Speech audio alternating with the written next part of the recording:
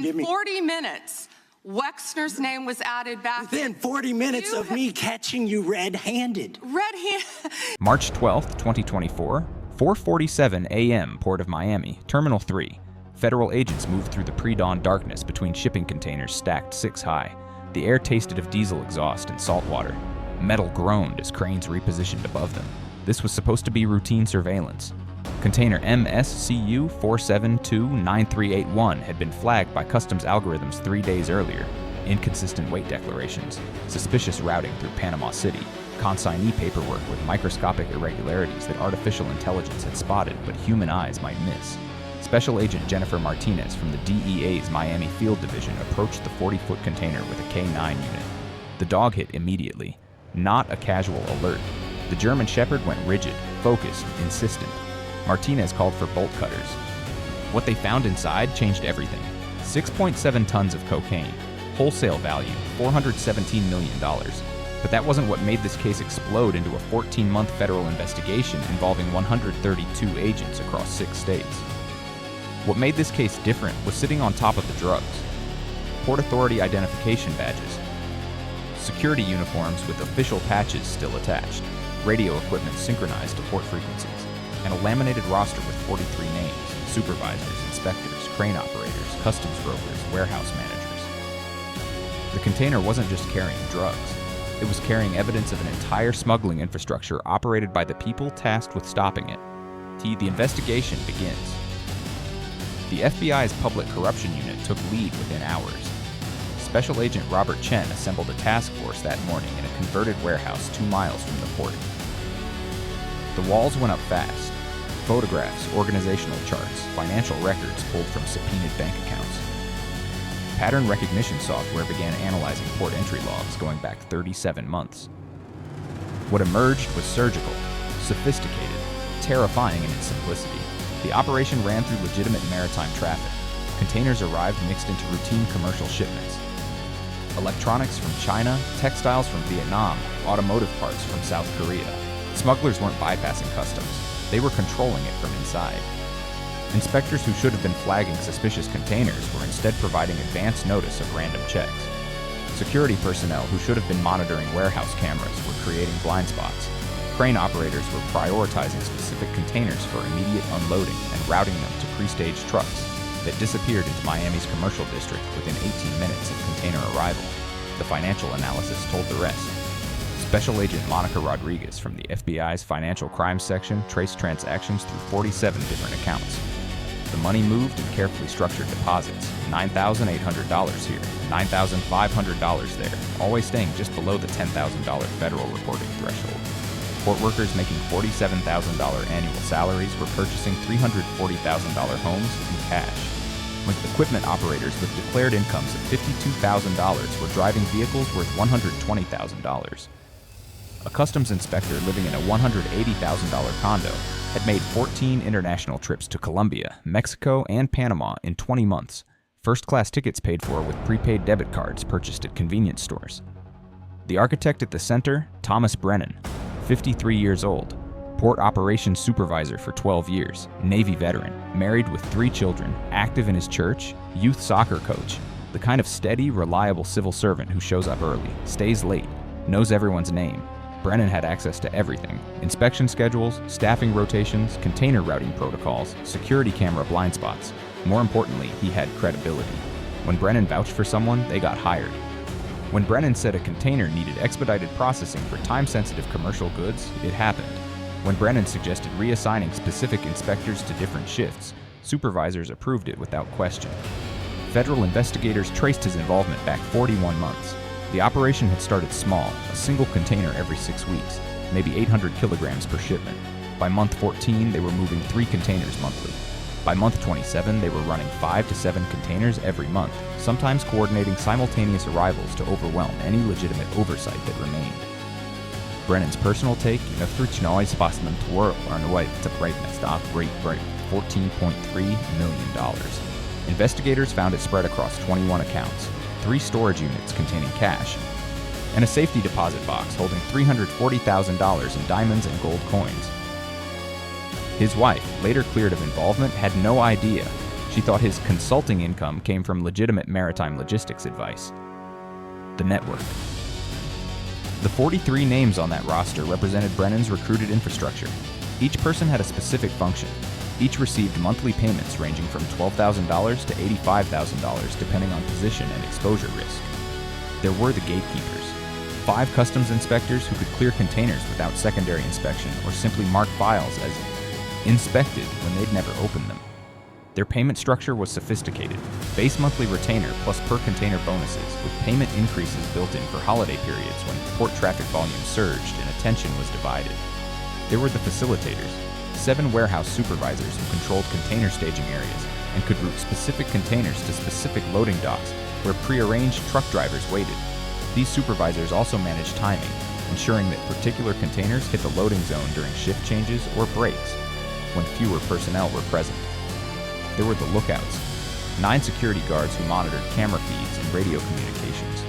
They provided real-time intelligence on any unscheduled inspections, random spot checks, or law enforcement presence. They also maintained a sophisticated alert system using commercial encrypted messaging apps that left no phone company records. There were the operators, 12 crane and forklift operators who could prioritize specific containers, move them quickly through processing, and minimize the time drugs spent sitting vulnerable in inspection queues. They also created the appearance of normal workflow, maintaining speed metrics that matched their legitimate cargo handling so performance didn't spike suspiciously. And there were the administrators, 10 office personnel who processed paperwork, filed customs declarations, and most critically, entered data into tracking systems that other investigators might later audit. They created clean paper trails for dirty cargo.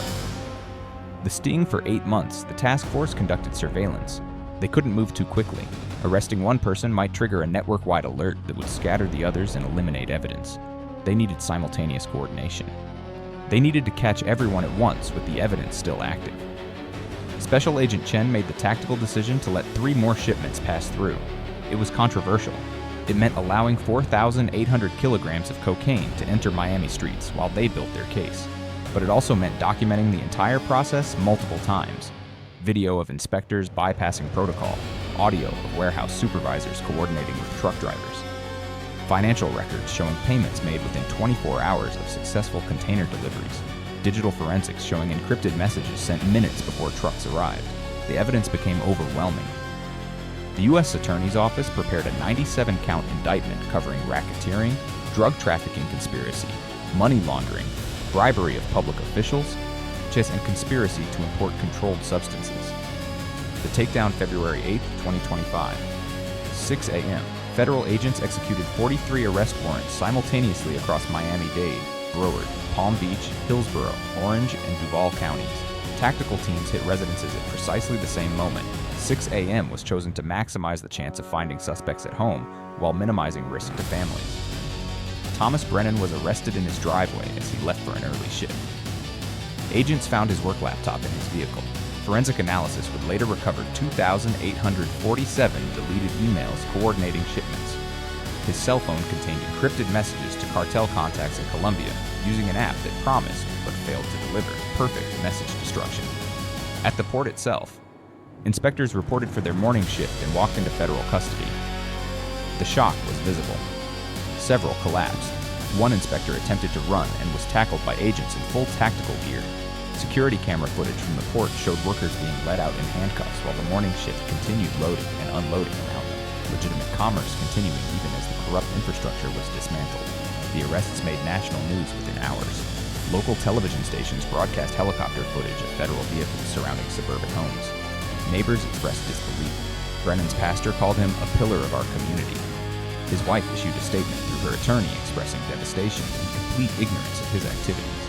When the evidence search warrants executed that same morning produced staggering documentation. Agents seized 347 encrypted phones, 72 laptops, 14 external hard drives, and 2 industrial shredders that had been running when agents arrived. Paper fragments were later reconstructed by FBI document specialists revealing shipping schedules and payment ledgers. From Brennan's home office, 3 notebooks containing hand-drawn organizational charts showing cartel connections, payment amounts, and container tracking numbers going back 39 months. From a warehouse supervisor's garage, $840,000 in cash vacuum sealed in plastic bags. From a customs inspector's storage unit, A second complete set of port identification credentials with different names, but his photograph, evidence of planned flight. Digital forensics recovered deleted financial records showing the network had successfully smuggled an estimated 47 shipments, totaling 83 tons of cocaine over 41 months. Street value once distributed, approximately $5.2 billion. The cartel's profit after paying the port network, an estimated $3.7 billion. The prosecution. The U.S. Attorney's Office for the Southern District of Florida prosecuted the case with methodical precision. Lead prosecutor Amanda Chen presented evidence over 11 weeks. 147 witnesses testified. The jury saw video surveillance showing inspectors deliberately bypassing container inspections. They heard audio recordings of warehouse supervisors coordinating with truck drivers using coded language that seemed innocent, until Chen systematically decoded it using evidence from recovered phones. They examined financial records showing cash deposits made within hours of successful smuggling operations. The defense strategy collapsed quickly. Several defendants attempted to claim ignorance. They were just following orders, didn't know what was really happening, thought the payments were legitimate bonuses. Prosecutors demolished these claims with evidence showing explicit discussions of cocaine in recovered messages, photographs suspects had taken of themselves with bundles of cash, and testimony from cartel cooperators who detailed face-to-face meetings where terms were negotiated. New 27 defendants accepted plea agreements before trial concluded. They received reduced sentences in exchange for testimony and cooperation. 16 went to trial and were convicted on all counts. The sentencing Thomas Brennan received 47 years in federal prison. The judge, during an unusually emotional sentencing hearing, noted that Brennan had betrayed every principle of public service and transformed an institution designed to protect Americans into a tool for poisoning communities.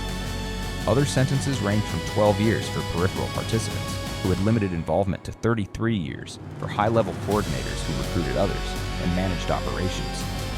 Total combined sentences for all 43 defendants, 619 years. Brennan's wife filed for divorce 3 weeks after his sentencing. His children, ages 17, 19, and 22, issued a joint statement through their attorney expressing profound shame and cutting all contact with their father. The aftermath. The Port of Miami implemented comprehensive reforms within 90 days. Every employee underwent enhanced background checks. New supervisory protocols required dual authorization for any deviation from standard inspection procedures. Camera systems were upgraded with artificial intelligence monitoring that flags unusual patterns. Random integrity testing now occurs monthly with undercover agents attempting to smuggle marked containers to identify vulnerabilities. The DEA estimates that Brennan's network was responsible for approximately 11% of cocaine entering the United States through Florida during its operational period. The drugs they facilitated contributed to an estimated 2,400 overdose deaths, based on distribution pattern analysis and chemical signature tracking. The investigation continues. 3 cartel operatives identified in recovered communications remain fugitives with active international warrants. Federal authorities believe similar networks may exist at other ports and have deployed specialized task forces to Los Angeles, Houston, Savannah, and Newark. Special Agent Chen, speaking at a law enforcement conference 6 months after the arrests, summarized the case with grim clarity. The most dangerous smugglers aren't the ones trying to sneak past security. They're the ones wearing the security uniform. The message is clear. The threat isn't just external, it's internal. It's the person with the badge, the supervisor with access. The trusted employee who decides their mortgage payment matters more than public safety. The system depends on integrity. When integrity fails, everything else follows.